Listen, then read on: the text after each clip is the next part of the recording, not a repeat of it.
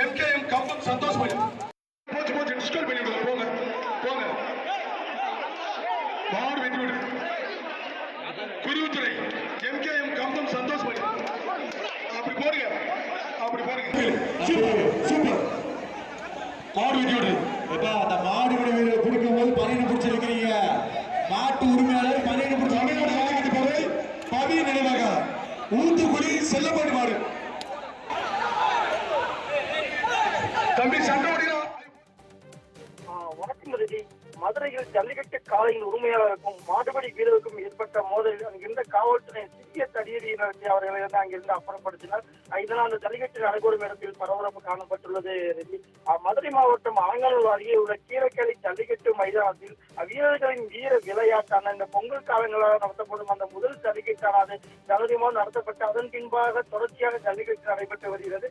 இந்த நிலையில் இன்றைய தினம் ஜல்லிக்கட்டு பேரவையின் தலைவர் பி ஆர் ராஜசேகர் அவர்களின் ஏற்பாட்டில் நடைபெறும் இந்த ஜல்லிக்கட்டானது தற்போது காலை 7 மணிக்கு தொடங்கி தற்போது நடைபெற்று வருகிறது.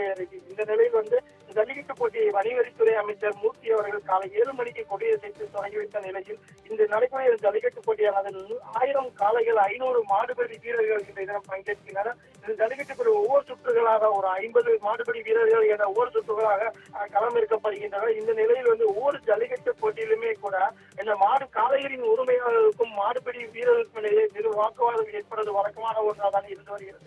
ஏனென்றால் தங்கள் கொண்டு வந்த காளைகளை மாடுபடி வீரர்கள் படிக்கக் கூடாது என்று அந்த மாடுபடி வீரர் காளை உரிமையாளர்கள் தடுப்பார்கள். அவர்களுக்கும் மாடுபடி வீரர்களுக்கும் தள்ளுமொழி ஏற்படும். இந்த நிலையில் அதே போல இன்றைய தினம் நடைபெறக்கூடிய இந்த ஜல்லிக்கட்டு போட்டியில் கூட அந்த காளையின் உரிமையாளருக்கும் மாடுபடி வீரருக்கும் அங்கிருந்தவர்களுக்கும் வாக்குவாதம் ஏற்பட்டு அது கைகலப்பாக மாறியது வருது. இந்த நிலையில் அங்கு பாதுகாப்புகளாக ஈடுபட்டிருந்த காவல்துறையினர் ஆய்வாளர் தலைமையான காவல்துறையினர் அவர்களை சிறிய தடையை நடத்தி அங்கிருந்து அப்புறப்படுத்தினர். இதனால் அந்த பகுதியில் சிறிது நேரம் பரபரப்பு காணப்பட்டது. இந்த நிலையில் தொடர்ச்சியாக ஜல்லிக்கட்டு போட்டியாக தற்போது நடைபெற்று வருகிறது. தொடர்ந்து இந்த ஜல்லிக்கட்டை காண்பதற்காக மதுரை மாவட்டம் இல்லாமல் மதுரை மாவட்ட அருகாமையுள்ள மாவட்டத்தை சேர்ந்தவர்களும் இந்த ஜல்லிக்கட்டை பார்ப்பதற்காக இங்கு பேருந்து வசதிகளும் மாவட்ட நிர்வாகத்தின் சார்பாக செய்யப்பட்டுள்ளது.